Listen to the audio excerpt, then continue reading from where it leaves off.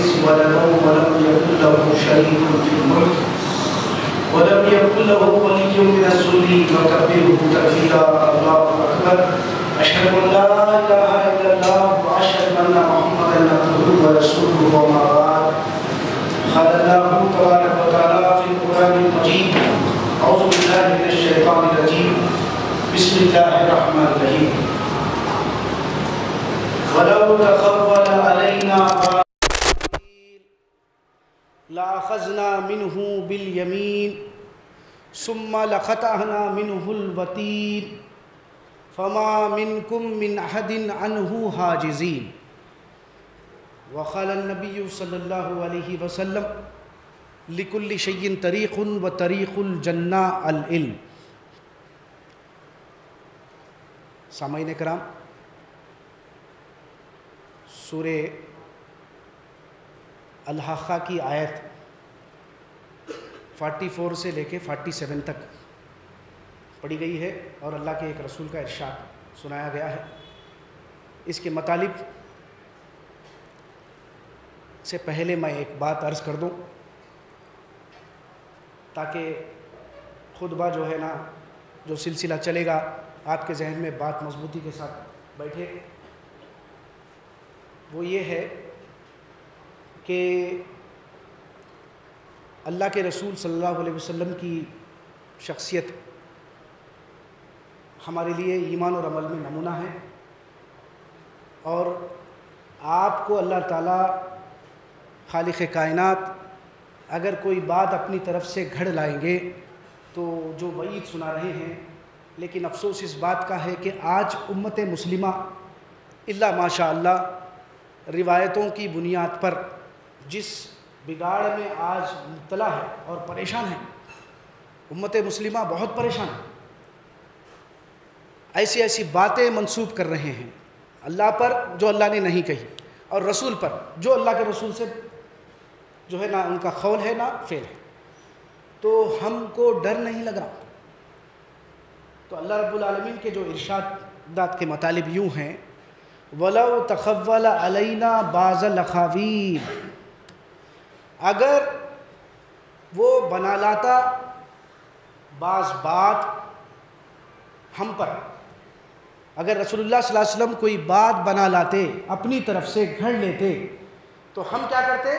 لَأَخَذْنَا مِنْهُ بِالْيَمِينِ، ہم پکڑ لیتے دایاں ہاتھ اس کا اور اس کی رگِ گردن کاٹ ڈالتے۔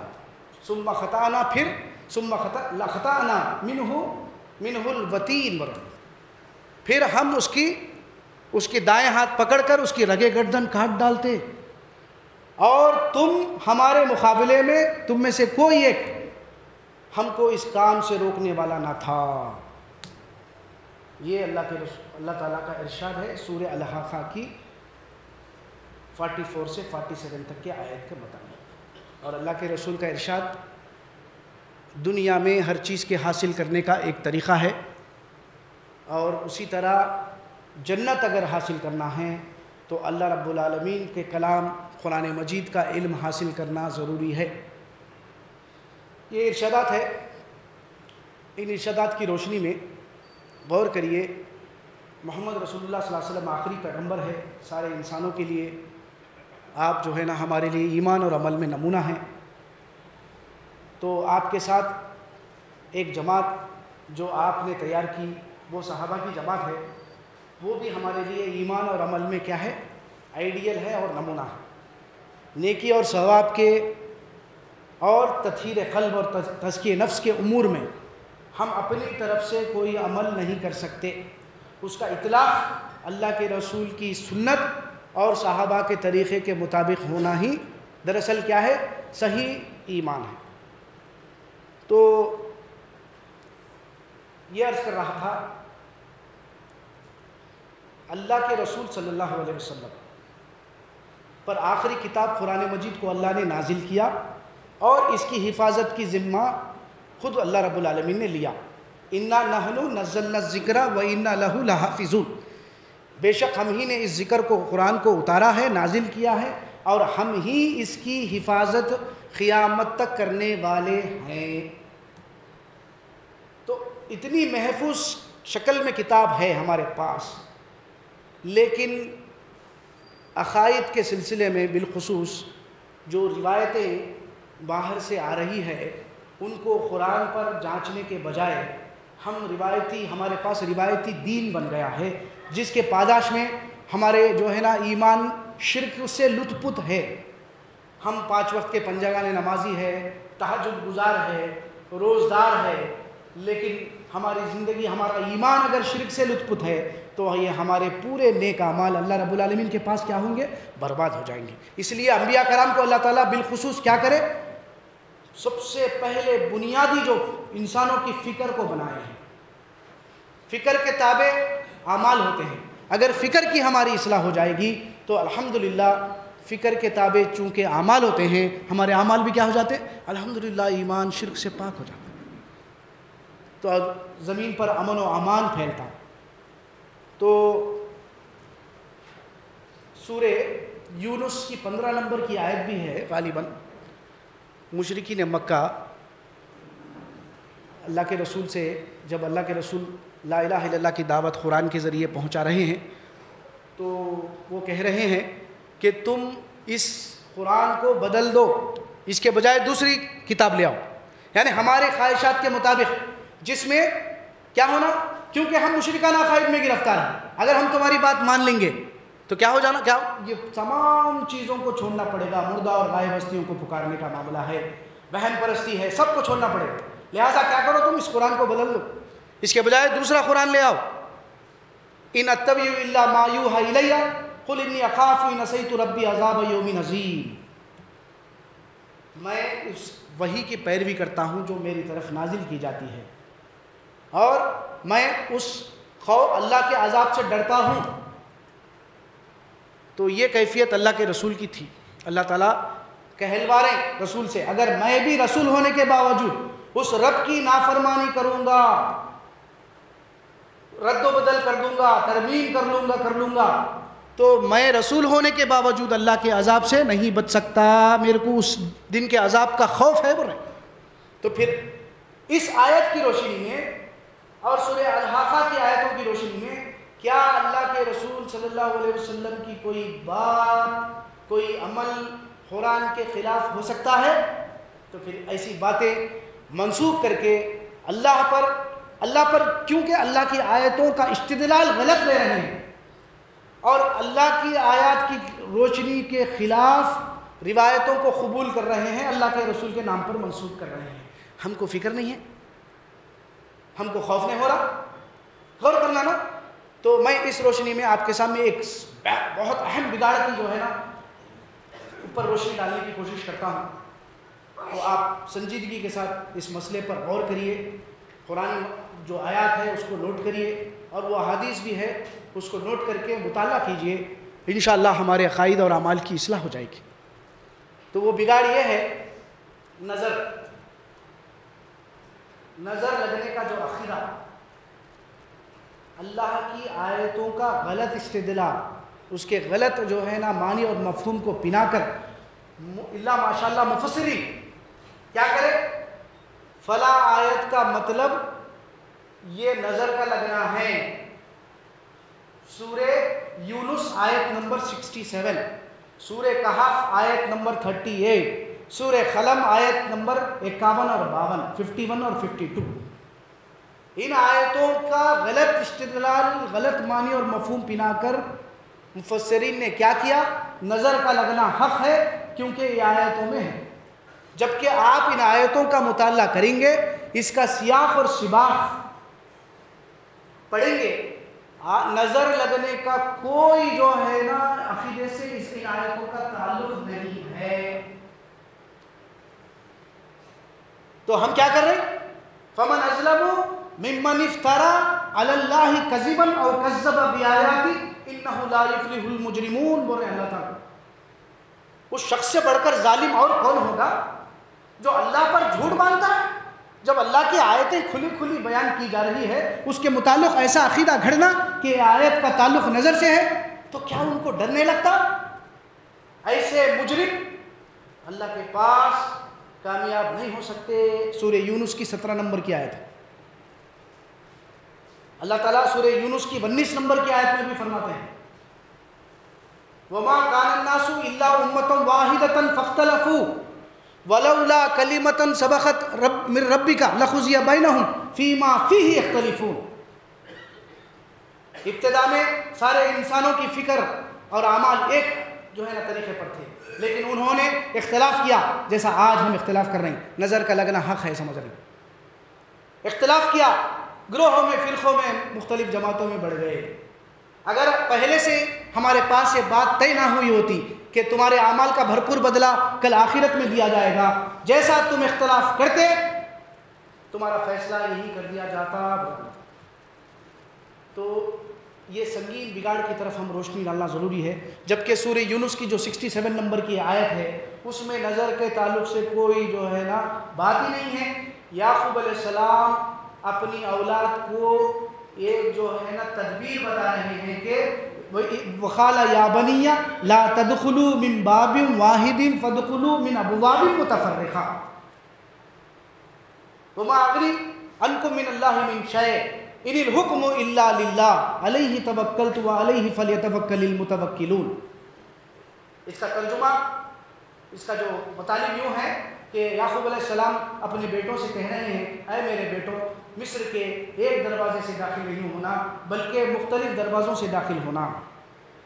اگر تم مصیبت میں گر جاؤ گے کہ میں تمہارے اس اللہ کے مقابلے میں کام نہیں آ سکتا، حالانکہ تدبیر اختیار کرنے کے باوجود، اسباب اختیار کرنے کے باوجود اگر تم کوئی مصیبت میں پڑ جاؤ گے تو میں اس مصیبت سے تمہارے کوئی کام نہیں آ سکتا، اور جو حکم ہے وہ اللہ کا چلتا ہے، اور میں اللہ ہی پر بھروسہ کرتا ہوں، اور بھروسہ کرنے والوں کو، ایمان والوں کو صرف اللہ ہی پر بھروسہ کرنا چاہیے۔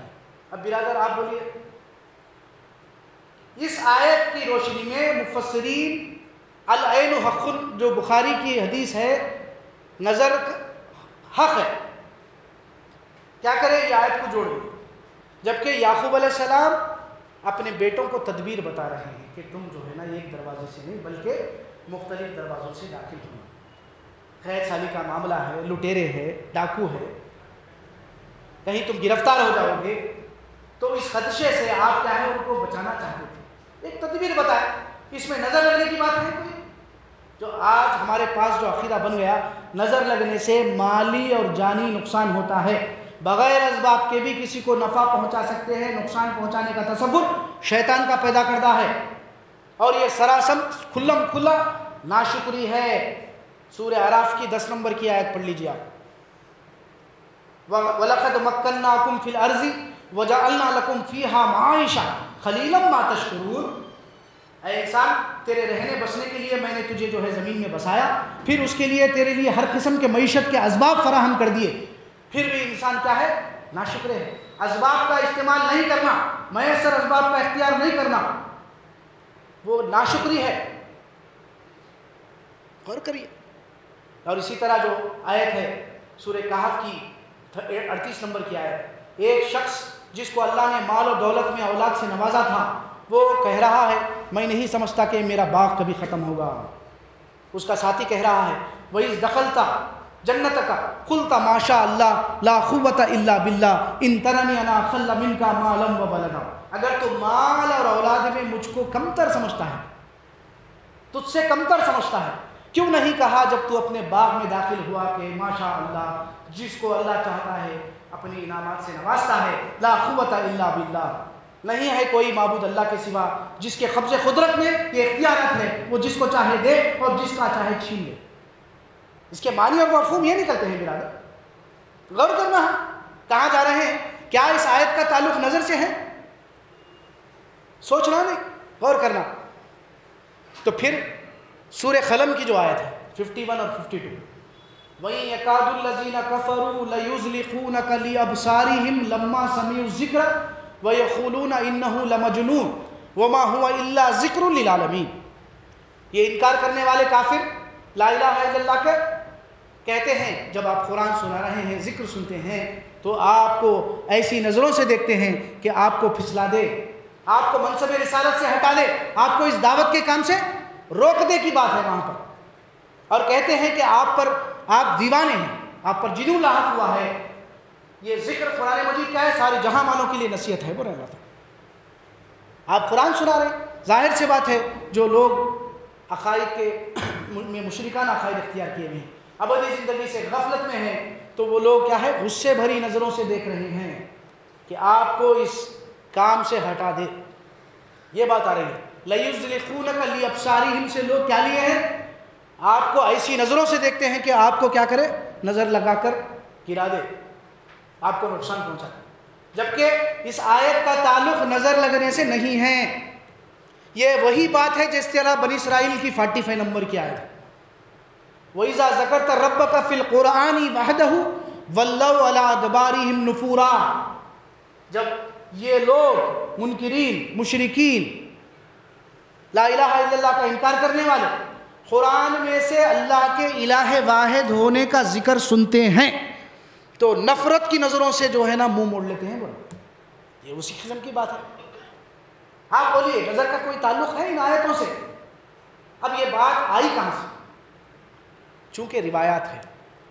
روایتوں میں ابن ماجہ ہے، امام عبداللہ ابن ماجہ، بخاری مسلم میں ہے. ہمارے پاس معیار کسوٹی قرآن مجید نہیں. اگر قرآن مجید ہوتی تو الحمدللہ ہم سمجھنے کی کوشش کرتے ہیں. چونکہ روایت ہے، ابن ماجہ کی جو روایت ہے اس کی روشنی میں یہ کہا جاتا ہے کہ نظر کا لگنا حق ہے. آپ علاج کروائیں. سہل بن حنیف رضی اللہ تعالیٰ عنہ غسل کر رہے تھے. ایک جو ہے نا اور ایک شخص عامر بن ربیعہ آپ کو دیکھتا ہے، آپ کے خوبصورت بدن کو، گوری چمڑی کو اور جلد کو، اور یہ کہتا ہے کہ میں نے ایسا جسم کسی جو ہے پردہ نشین کا بھی نہیں دیکھا. جیسا وہ کہنا تھا سہل بن کیا ہے حنیف بے ہوش ہو گئے، گر گئے. یہ مسئلہ اللہ کے رسول صلی اللہ علیہ وسلم کے پاس گیا تو رسول اللہ صلی اللہ علیہ وسلم نے فرمایا کہ کس نے تم کو کس پر شک ہے؟ اللہ کے رسول عامر بن ربیعہ، ان کو بلاؤ. عامر بن ربیعہ سے آپ غسل کروائے. غسل کروانے کے سلسلے میں یہاں تک روایت کو سنایا جاتا ہے ممبروں سے، درس قرآنوں میں، لیکن ادھر سے آگے کی بات نہیں بتائی جاتی. عامر بن ربیعہ سے غسل کروائے اللہ کے رسول. ہاتھ دھونا، کوہنیوں کو دھونے کے لیے کہا، گھٹنوں کو دھونے کے لیے کہا، تہبند کے اندر ہاتھ ڈال کر پرائیویٹ پارٹس کو دھونے کے لیے کہا. اس کے بعد اس غسل کے پانی کو جس کو نظر لگی ہے اس پر ڈلوانے کے لیے کہا.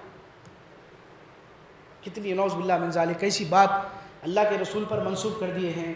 کیا اللہ کے رسول ایسی بات کہہ سکتے ہیں؟ ایک طہارت کی تعلیم دینے والے، ایک پاکیزگی کا تعلیم دینے والا پیغمبر، الطہر شطر الایمان، پاکی آدھا ایمان ہے، اور وہ غلاظت جو پرائیویٹ پارٹس کو تیبن کے اندر ہاتھ ڈال کے دھونے کے بعد اس پانی کو جو ہے نا اس پر ڈالنے کی یہ بات کہہ سکتے ہیں؟ کیا ہماری عقل کام نہیں کر رہی؟ غور کرنا نہیں کرنا. چونکہ روایات ہے بس قبول کرتے ہوئے چلے جا رہے ہیں. اللہ کے رسول علاج بتائے، یہ علاج کرو. یہ بات بھی روایت میں ہے کہ یہ ابن ماجہ کی 3509. دیکھ لیجیے، آپ پڑھ لیجیے. یہ روایتوں کی وجہ سے دین میں کیا ہو گیا، لوگوں کو شریک ہونے کے میں مشکلات پیدا ہو رہے ہیں. ہم مسلمان ہیں، اللہ کے فضل و کرم سے ہمارے پاس کتاب ہے، لیکن کتاب پر غور نہیں کر رہے. جبکہ اللہ کے رسول کو اللہ تعالیٰ فرماتے ہیں اگر کوئی بات ولو تقول علینا بعض الاقاویل، اگر کوئی بات وہ ہم پر بنا لاتا، اپنی طرف سے گھڑتا، ہم اس کا داہنا ہاتھ پکڑتے، لاخذنا منہ بالیمین، ہم اس کا دائنا ہاتھ پکڑتے، ثم لقطعنا منہ الوتین، پھر ہم اس کے رگے گردن کاٹ دیتے. اور فما منکم من احد عنہ حاجزین، اور تم میں سے کوئی ایک بھی اس کام سے ہم کو روکنے والا نہ ہوتا. یعنی اللہ کے رسول کو بھی اگر رسول ہونے کے باوجود کوئی سزا دی جائے گی ولو عرض، تو پوری دنیا کی طاقت مل کر نہیں روک سکتی. یہ بات نکل رہی ہے. لیکن ویسی تعلیم نہ اللہ کے رسول دیے ہیں، نہ انبیاء کرام ہم کو دیے ہیں الحمدللہ. لیکن افسوس ہے ہم اللہ پر وہ جھوٹی باتیں منسوب کر رہے ہیں، اور رسولوں پر جھوٹی باتیں منسوب کر کر کیا کر رہے ہیں؟ خوف نہیں کر رہے اللہ رب العالمین سے کل عذاب جہنم میں جانے کا. مشرکان عقائد میں خود گرفتار ہے. وَيَصُدُّونَ عَن سَبِيلِ اللَّهِ وَيَبْغُونَهَا عِوَجًا أُولَٰئِكَ فِي ضَلَالٍ بَعِيدٍ. سورہ ابراہیم کی آیت. ہم خود دین اسلام سے رک رہے ہیں اور لوگوں کو بھی دین اسلام میں آنے سے رکاوٹ کا باعث بن رہے ہیں, اور یہ بہت دور کی گمراہی میں جا پڑے ہیں. برے اللہ تعالیٰ, ہم سمجھ رہے ہیں اپنے آپ کو دیندار ہے, لیکن اگر یہ دینداری ہمارے ایمان اگر مشرکانہ عقائد سے لطفت ہے تو یہ دینداری کل آخرت میں, یہ نماز و روزے, حج و زکوٰۃ, یہ صدقات, فطرے کل آخرت میں ہم کو کام آنے والے نہیں ہیں برادر. یہ چکنی چپٹی باتوں سے کام نہیں چلے گا. اللہ کے منشے کو سمجھیے, اس کے مطابق زندگی گزاریے. تقوی ہے, جو بندہ, جو ایمان والے تقوی اختیار کریں گے ان کے لیے کل درجات ہے, بلند درجات ہے. نام و نمود ہو سکتا ہے, شہرت مل سکتی ہے, پیٹ بھر سکتا ہے, لیکن اس عارضی زندگی کی حد تک ایک بار جو ہے نا جان چلی جائے گی تو کل بیڑا اللہ کے آخرت بارگاہ میں کل کامیاب ہونا ناممکن ہے. کتنے بھی تم نام و نمود و شہرت والے کیوں نہ ہو جاؤ, کل اللہ تعالیٰ کیسا فیصلہ کریں گے؟ اپنے کتاب کے مطابق کل اللہ رب العالمین فیصلہ کریں گے. پھر میں آپ کے سامنے 2 حدیثیں ایسی سناؤں گا, آپ نوٹ کر لیجئے, پڑھیے. صحابہ کی کیفیت اس دور سے شروع ہو گئی تھی. جب اللہ کے رسول کے نام پر منسوب کرتے ہوئے کوئی بات آئے تو ان کا کیا معیار تھا؟ مسلم حدیث نمبر 22, مسلم حدیث نمبر 21. ابی ملیکہ ابن ابی ملیکہ, ایک شخص نوجوان لڑکا عبداللہ ابن عباس رضی اللہ تعالیٰ عنہ کو لکھتا ہے, عبداللہ ابن عباس رضی اللہ تعالیٰ عنہ کو لکھتا ہے, آپ میرے لیے خالص احادیث کا انتخاب کریے, اگر کوئی بات آپ مجھ سے چھپانا چاہتے ہیں تو چھپا لیجئے. لڑکا خالص احادیث کا طلبگار ہے. آپ فرماتے ہیں لڑکا خالص احادیث کا طلبگار ہے, لہٰذا میں اس لڑکے کے لیے خالص احادیث جو ہے نا انتخاب کروں گا, ان حدیث کو جو گھڑی ہوئی ہے اس کو ہٹا دوں گا. تو آپ نے علی رضی اللہ تعالیٰ عنہ کے فیصلے نامے منگوائے, اور جیسا لکھنا شروع کرے, جیسا بات پر ہر بات پر علی رضی اللہ تعالیٰ عنہ کے فیصلے نامے کی کتاب سے بات لکھنا شروع کرے, بات گزرتی بخدا فرماتے یہ بات علی, یہ فیصلہ علی رضی اللہ تعالیٰ عنہ سے مروی نہیں ہے. ایسی بات آپ علی رضی اللہ تعالیٰ عنہ نہیں کہہ سکتے, یا تو وہ گمراہ ہو گئے ہیں, بلکہ ایسا نہیں ہوا, ایسا نہیں ہو سکتا. یہ ہے ابن عباس رضی اللہ تعالیٰ عنہ, حدیث نمبر مسلم 22, لکھ لیجیے. یعنی علی رضی اللہ تعالیٰ عنہ کا فیصلہ نامہ منگوایا, اس میں سے پڑھتے جا رہے ہیں اور سمجھ رہے ہیں بخدا, اور یہ فکر دامنگیر ہے کہ ایسی بات علی رضی اللہ تعالیٰ عنہ نہیں کہہ سکتے, یہ ان پر جھوٹی بات منسوب کر دی گئی ہے. یہ کیفیت ہے روایتوں کی. ہم پڑھ رہے ہیں, نہ ہمارے ذمہ دار علماء کرام ہم کو سمجھاتے ہیں, ہم اندھی تقلید کر رہے ہیں, نہ اللہ کی کتاب کو پڑھتے ہیں نہ سمجھتے ہیں. پھر دوسری جو حدیث ہے مسلم کی ہے, 21 نمبر کی حدیث ہے. ایک لڑکا ہے تو ابن عباس رضی اللہ تعالیٰ عنہ کے پاس آتا ہے اور کہتا ہے کہ اللہ کے رسول نے فرمایا, اللہ کے رسول نے فرمایا. تو آپ جو ہے کوئی ان کی طرف توجہ نہیں دیتے. تو وہ لڑکا پوچھتا ہے, اے ابن عباس رضی اللہ تعالیٰ عنہ, کیا بات ہے, آپ میری طرف متوجہ نہیں ہوتے؟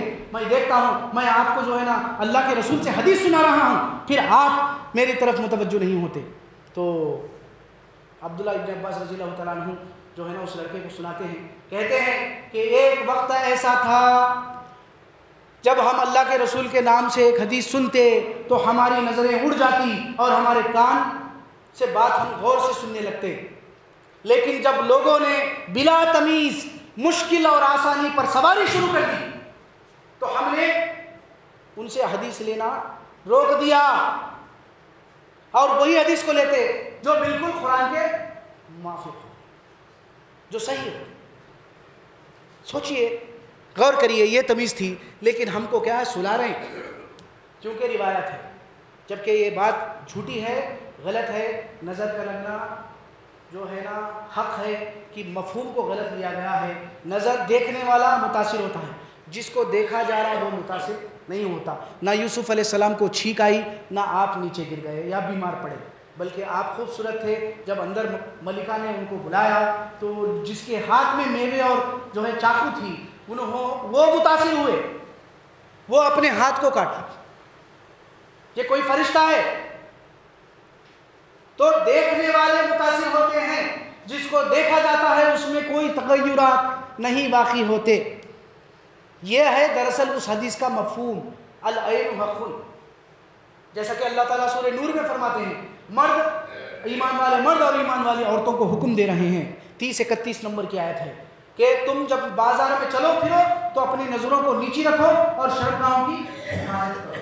کیونکہ کیا ہوتا ہے, جب تم ایک دوسرے کو دیکھو گے تو شرمگاہیں کیا ہوتی ہے, متحرک ہوتی ہے, شہوت ابھرتی ہے, متاثر ہوتے ہیں, یہ مطلب. لیکن آج جو مفہوم ہے ہم جو لیا جا رہا, نظر لگانے سے کیا ہوتا ہے, ہم کو مالی اور جانی نقصان پہنچ جاتا. ترقی ہے, کوئی حسد ہے, دل میں کسی کے متعلق جلن ہے, تو وہ جو ہے نا کیا ہوتا, اونٹ بھی مر جاتے. یہ روایتوں میں ہے, روایتوں میں ہے یہ. اگر تقدیر پر بھی حسد جو ہے نا کیا کرتی, سبقت لے جاتی. سب کے سبقت نہیں لے جا سکتی, سبقت لے جاتی. تو یہ باتیں روایتوں میں آ رہی ہے. پھر روایتوں میں یہ باتیں بھی ہے کہ جھوٹی باتیں منسوخ کر دی گئی ہے اللہ کے رسول کے نام پر, اور جو ہے نا اللہ رب العالمین پر, جو اللہ کی آیات کا غلط جو ہے نا دم کر کے آپ نے جو ہے نا دم کیا.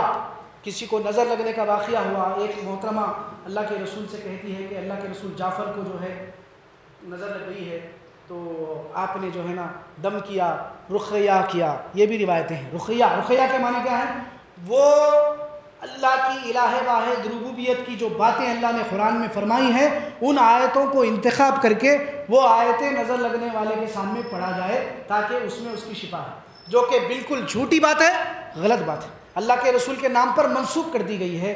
کیونکہ اللہ کے رسول قرآن کے خلاف کوئی بات نہ کہہ سکتے ہیں نہ کر سکتے ہیں.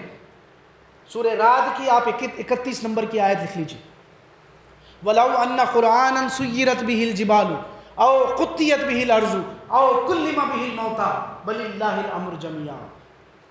اگر ہم ایسا قرآن نازل کرتے, یعنی ایسا قرآن بھی ہوتا جس میں میں اثر رکھتا, جس کے پڑھتے ہی پہاڑیں آٹومیٹک چلنے لگے, جس کے پڑھتے ہی زمین اپنے مسافات کو طے کرے آنن فانن, اور جس کے پڑھتے ہی مردوں سے بات کروایا جائے, اگر ایسا بھی قرآن ہوتا تو یہ لوگ ایمان نہیں لاتے جس کے سامنے اللہ کے رسول دعوت رکھ رہے ہیں. بلکہ یہ کام کیا ہے, قدرت کے کاموں میں سے ہے, قانون نہیں ہے. اللہ کی کتاب میں یہ اثر نہیں ہے فرماتے ہیں اللہ تعالیٰ. یہ قدرت کے کاموں میں سے ہے نا, پہاڑوں کا چلنا, زمین کا اپنے مسافات کو طے کرنا, مردوں سے بات کروانا, یہ قدرت کے کاموں میں سے ہے. اللہ کے کتاب کے قانون میں نہیں ہے بات. اللہ کی کتاب دراصل لقد انزلنا الیکم کتابا فیہ ذکرکم افلا تعقلون, تحقیق ہم نے تمہاری طرف ایسی کتاب اتاری جس میں اے انسان تیرا ذکر ہے, کیا تو اپنے ذکر سے واقف نہیں؟ اللہ رب العالمین 25 پیغمبروں کا, صدیقین, شہداء, صالحین کا ذکر کیے ہیں, ان کے اسوے کو بیان کیے ہیں, اور ان کی ضد میں مخالفین, مشرکین, انکار کرنے والے, ان کا بھی جو ہے نا حامان, قارون, نمرود, فرعون, ان کا بھی ذکر, ان کا بھی اسوہ, ان کی بھی زندگیوں کو بیان کرے, نافرمانوں کی زندگیوں کو, فرما برداروں کی زندگیوں کو, تاکہ اگلا گرا پچھلا ہوشیار. لیکن یہ کیا جو ہے نا عجیب عالمیہ ہے ہمارا کہ ہم قرآن کو جو ہے ثواب کے لیے, برکت کے لیے, نظر لگنے سے, جادو سے, شیطان کے وارد ہونے کے لیے, ایصال ثواب کے لیے, کاروبار کی جو ہے نا مکانہ کی افتتاح کے لیے ہم استعمال کر کے بدعقیدگی میں مبتلا ہو کر اپنے آپ کو کل جہنم کے عذاب کے مستحق بنا رہے ہیں برادر. تو لہٰذا ہماری گزارش یہی ہے کہ قرآن کو سمجھ کر اپنی زبان میں پڑھنا شروع کر دیجئے اور منشأ الہی کو سمجھیے. اس کے بعد غوطہ زنی کریے, آپ ڈیپ ڈائیو کریے, عربی کو اچھا کریے, صاف کریے, اس میں کوئی جو ہے نا ہم کو روک ٹوک نہیں. لیکن سب سے پہلے منشأ الہی اہم ہے, ضروری ہے, کیونکہ اللہ نے ہم کو عارضی زندگی میں امتحان کے لیے بھیجا ہے. کل آخرت کی زندگی ابدی زندگی ہے, اور اس قرآن کا علم حاصل کیے بغیر ہم آخرت میں دوزخ سے نجات نہیں پا سکتے. یہ کیوں؟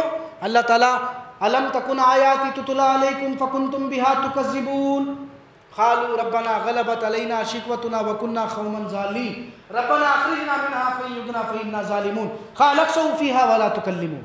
اس دن اللہ تعالیٰ عذر میں جو ہے نا کیا کریں گے, حجت میں کیا تیرے پاس میری قرآن کی آیتیں نہیں آئی تھی؟ تو نے جھٹلایا، بلکہ کیا کیا تو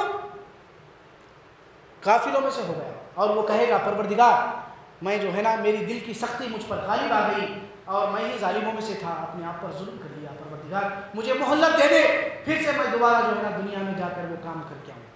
تو اللہ تعالیٰ بولے ہٹ جاؤ میری نظروں سے اور پڑے رہو مدتوں تک۔ پھر اللہ تعالیٰ فرماتے ہیں سورہ زمر میں بھی ہے کہ تم نے جھٹلایا، اللہ کی آیات صاف صاف طور پر بیان کی گئی ہے، اس کے مقابلے میں روایتوں کی وجہ سے قرآن کی آیات کا غلط معنی مفہوم پہنائے ہیں اور عقائد میں مشرکانہ عقائد اختیار کر لیے۔ تم نے جھٹلایا اور تکبر کیا اور کافروں میں سے ہو گیا۔ پھر اللہ کے رسول صلی اللہ علیہ وسلم وقال الرسول یا ربی ان قوم اتخذوا هذا القرآن مہجورا، سورہ فرقان آیت نمبر 30۔ نبی صلی اللہ علیہ وسلم فرمائیں گے اے میرے پروردگار، حقیقت واقعہ یہ ہے کہ میری امت قرآن کو چھوڑ چکی تھی، یہ سارے کاموں کے لیے قرآن کو پڑھی لیکن ہدایت کے لیے سمجھ کر نہیں پڑھی، اپنی زندگی میں نافذ کرنے کے لیے، کل موت کے بعد کی بدی زندگی میں دوزخ سے بچ کر مغفرت اور جنت کے لیے نہیں۔ تو کل اس شکایت سے بچنا ہے، یہ عذرات سے بچنا ہے، تو یہ الحمدللہ اللہ تعالیٰ موقع ہموار کیے ہیں۔ موت ابھی نہیں ہے، ہم کو کب آنکھ جو ہے نا ہماری بند ہو جائے یہ نہیں معلوم، لہٰذا اللہ سے معافی مانگتے ہوئے زندگی گزاریے اور قرآن مجید کو سمجھ کر پڑھنا شروع کر دیجئے۔ بارک اللہ لی ولکم فی القرآن العظیم ونفعنی وإیاکم بالآیات والذکر الحکیم، الحمد للہ رب العالمین۔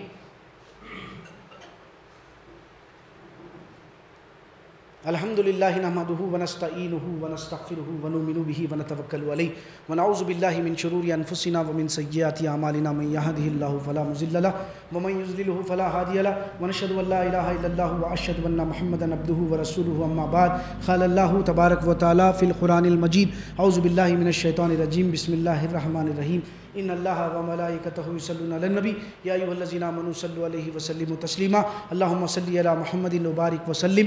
امیر المومنین خلفائے راشدین ابو بکر صدیق رضی اللہ تعالیٰ عنہ، عمر رضی اللہ تعالیٰ عنہ، عثمان رضی اللہ تعالیٰ عنہ وعلی رضی اللہ تعالیٰ عنہ، ربنا آتنا فی الدنیا حسنۃ وفی الآخرۃ حسنۃ وقنا عذاب النار، ربنا لا تزغ قلوبنا بعد إذ هديتنا وهب لنا من لدنك رحمة إنك أنت الوهاب۔ عباد اللہ ان اللہ یأمر بالعدل والإحسان وإیتاء ذی القربى وینہی عن الفحشاء والمنکر والبغی یعظکم لعلکم تذکرون، اذکروا اللہ یذکرکم وادعوہ یستجب لکم ولذکر اللہ تعالی اعلی واولی واعظ واجل واتم واکبر۔